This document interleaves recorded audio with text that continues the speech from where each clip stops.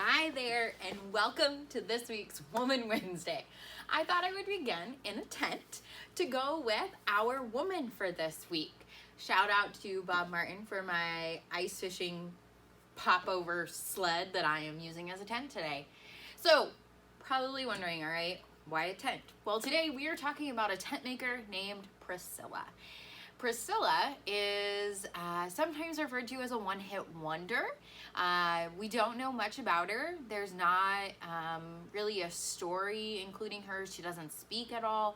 However, she is mentioned in 4 different New Testament books, which I think is pretty exciting.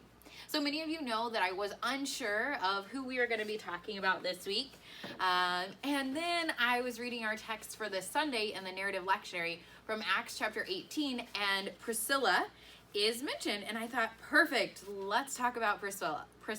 So first off, something to know about Priscilla is that she is never mentioned alone. She is always mentioned with Aquila, who is her husband.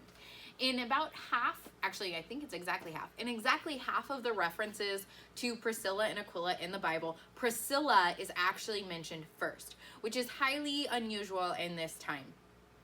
Generally, everything is related to the man. It was a society that went through the patriarchy, and so everything went through the paternal side, everything went through the man. And so normally Aquila would always come first if Priscilla was even named. And here, in half of the references to them, we have Priscilla first and Aquila second. So a little bit about where you can find Priscilla and Aquila. So they are mentioned 3 separate times in Acts chapter 18. So we hear about them first in verses 2 and 3, which are part of our narrative lectionary for this week. And what we hear is that Paul meets them in Corinth, where he is traveling on his second missionary journey. And Priscilla and Aquila are in Corinth because they have been kicked out of Rome. So in this time, we have other historical documents, particularly Jewish historians, who mention the fact that the emperor kicked people out of Rome. These people were believed to be raising trouble on behalf of Christus, which is believed to be Christ. So it's our belief that Priscilla and Aquila were part of the Jewish people pushed out of Rome because of their belief in Christ. So they came to Corinth, which is where Paul meets them. Paul meets them not in the synagogue that we're aware of, but rather because they have a common trade together. They're both, all 3 of them are tent makers. Priscilla and Aquila have their own tent making studio, if you will. And Paul, we know from numerous references in the New Testament, was also a tent maker. That's actually how he paid the bills. That's how he ate. He didn't actually live off of money as a missionary or as a church planter, but off of being a tent maker, a leather worker. And so he became friends with Priscilla and Aquila based on this common vocation, this common interest, I guess, if you will, of tent making. So that's the first reference we have to them.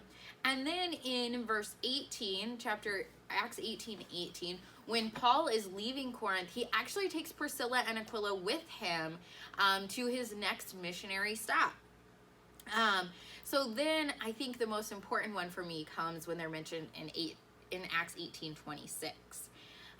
Where we're told that Paul was preaching zealously and Priscilla and Aquila were listening, and afterwards Priscilla and Aquila pulled Paul aside and explained the way of God to Paul. Better explained the way of God to Paul. So here's Paul, the apostle, who used to be Saul, who had this magnificent transformation on the road to Damascus. God literally made him blind. God literally healed him, and he has been preaching the good news as the devout follower of Jesus Christ ever since. And yet, here are Priscilla and Aquila, who are tent makers, Jewish people who believe in Christ, who are able to tell Paul about the way of God. I think that's pretty remarkable. And the fact that we're told it was Priscilla and Aquila doing this. Priscilla was also preaching the word to Paul. It was not just Aquila the male of the household doing this, but it was both of them, which is just this huge thing in this time. So first female preacher post ascension. There you go. First female preacher post ascension that we're really mentioned of, I guess. I don't know. So then they're also mentioned in 3 Pauline letters. Now, 2 of these are believed to have been actually written by Paul, whereas one of them is believed to have been written by Paul as a pseudonym, meaning that somebody else wrote it using Paul's name. So they're mentioned in Romans 16:3, where Paul sends them greetings. So about 51-ish, I think it is, the edict to push the Jewish people who follow Christ out of Rome was taken back, and so it would be foreseeable that Priscilla and Aquila would be back in Rome. And Paul sends greetings to them in his letter to the Romans, and he says, "For they risked their lives for me." And then also in 1 Corinthians chapter 16, which is also a Pauline letter, he sends greetings from Priscilla and Aquila and the church in their household to the people of Corinth. Now we know that the people of Corinth would know Priscilla and Aquila because they were there when the church was started. And now that they're no longer there, Paul is writing to the Corinthians and telling them, Priscilla and Aquila send their love. They left with me. They now have their own church established in their home, and the people of that church send their love to you, their greetings to you. And then the last one is in 2 Timothy chapter 4, which is a pseudo-Pauline letter, meaning that we believe somebody else, scholars believe, somebody else wrote it using Paul's name. And this again is greetings to Priscilla and Aquila. Paul is sending them greetings, or the person writing as Paul is sending them greetings in this letter. So 6 distinct references to Priscilla and Aquila, half of them with Priscilla coming first, half of them with Aquila coming first. This is huge. As I said, it's a patriarchal society, and so to even name Priscilla is a big deal in this time, let alone to put her first, let alone to put her as having the occupation of tent maker as well with her husband, as preaching with her husband, as helping run the church with her husband. It's really a pretty big deal. So they were tent makers. It was the profession that they used to support their missionary work. Priscilla's name actually means primitive, worthy, or venerable. And I think I love the idea of her name meaning worthy. Here is a female mentioned in the Bible by name. We don't know a lot about her, but we know she was part of the early church. And in a time when women were, and women still are to a great extent, degraded or seen as lesser than because of their sex, here's a woman who is best friends with Paul and who has a church, who preaches, who has an occupation, and who is worthy. I love the message of that. She is worthy. I am worthy. You are worthy. So I mentioned to you that they were expelled from Rome. And I also said that they're never mentioned, Priscilla and Aquila are never mentioned without each other. And I think that's really interesting. They're mentioned together in ministry and mission. They're mentioned together in work. They're mentioned together in marriage. They're a partnership. They're of one heart and one mind, it seems. So just another kind of fast fact. On the 8th of July, it is a day set apart to honor them and their martyrdom. It's believed that they were beheaded together. And so July 8th is the day that they are honored.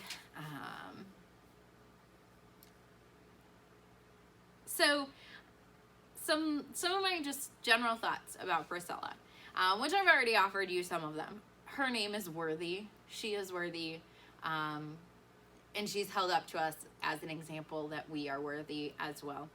But she spoke her truth. So she preached to Paul And I think it would be fair to say that Paul could be seen as having more authority than her when it came to God, especially with his drastic conversion on the road to Damascus, and on the churches he had planted before coming to Corinth, and just in his notoriety within the early church.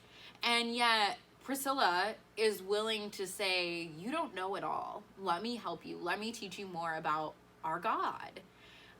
So even though he was seen as somebody who might know more than her, who might have more power or authority than her, she didn't let that stop her. She had something to say, and she knew she could help him and teach him, and therefore spread the gospel further and educate the church even more. And so she shared it with him. And that to me is just so huge. How many times do we fall silent because we perceive somebody else as having more knowledge or authority or power than us, or we perceive that they aren't going to listen to us anyway because we are lesser than them in some way? Priscilla didn't let that stop her. She trailblazed ahead anyway and spoke the truth she knew about God. She has a partnership with Aquila. This is not a time in which marriages were partnerships. This was a time where the male was the head of the household, end of discussion. And yet, in everything we see here, we see a partnership. They work together in tent making. They minister together. They're friends together with Paul. And I think seeing their names go back and forth, Aquila and Priscilla, or Priscilla and Aquila, and maybe that's reading into the text some, but in that is a equality. Are we Brian and his wife Alex? Are we Alex and her husband Brian? Are we Brian and Alex? Are we Alex and Brian? How you say things, I think, really predicts things as well, really says something. So, for example, when I think of Brian's friends, Jake and Brenda, I would say Jake and Brenda, because Brian's primary relationship was to Jake, and then Jake met Brenda and got engaged. And so I always say Jake and Brenda. Or same with Brian's brother and sister-in-law. I say Cole and Molly, because the primary relationship was to Cole. And so in being willing to say Priscilla and Aquila, or Aquila and Priscilla, there's an equality in relationship, not only with Luke, the writer, and with Paul, who too transfers back and forth, but I think also with God in the scriptures, there's an equality in that partnership, with Priscilla and Aquila in a time that just didn't exist. And I'm also struck by the fact that they had everyday jobs. These are everyday people. They were tent makers. That's what they did for a profession. Yet they found ways to share about God in their everyday life. So Paul met Priscilla and Aquila based on their common trade, on the fact that they were all three tent makers. That's how they formed a bond and a friendship. And in that bond and friendship, somehow it must have come about that, hey, we're all Christ followers too. Just in their everyday normal conversation. And I think that's probably how they built their church as well. The church in their home was just everyday normal conversation with people in their community. And then being like, oh yeah, I'm a Christ follower too. Come on, come join us. So not only were they everyday people with a job, but they found time to talk about God in their everyday life. And they also found time to set apart for God. They funded their own church in their home, which was a huge deal. They set their home apart to be a place of worship and community. They found time to devote themselves and their house and their energy and their income to God in their everyday life. I think that's something we can all aspire to. So that's kind of my thoughts on Priscilla. What did you know about Priscilla before now? Did you know Priscilla? What do you think about Priscilla and Aquila always being mentioned together? What do you think about Priscilla sometimes being mentioned first and Aquila sometimes being mentioned first? Just what are your general thoughts on Priscilla and Aquila? For me, I hope that I remember from her that I am worthy, that I have the right, the power, and authority to speak about God, and that I need to make sure I'm doing it just in my everyday life, not just in set apart church time. So some fun stuff that I was thinking might be fun to do with Priscilla. I don't have a cool craft this week. I looked up tent making, but I do think it might be fun to build a fort or a tent and to live for a day in it. So, you know, read in it, eat in it, play a game in it, take a nap in it, pray to God in it, write a letter to a friend, and tell them about Priscilla, and just honor her while being in a tent. Honor her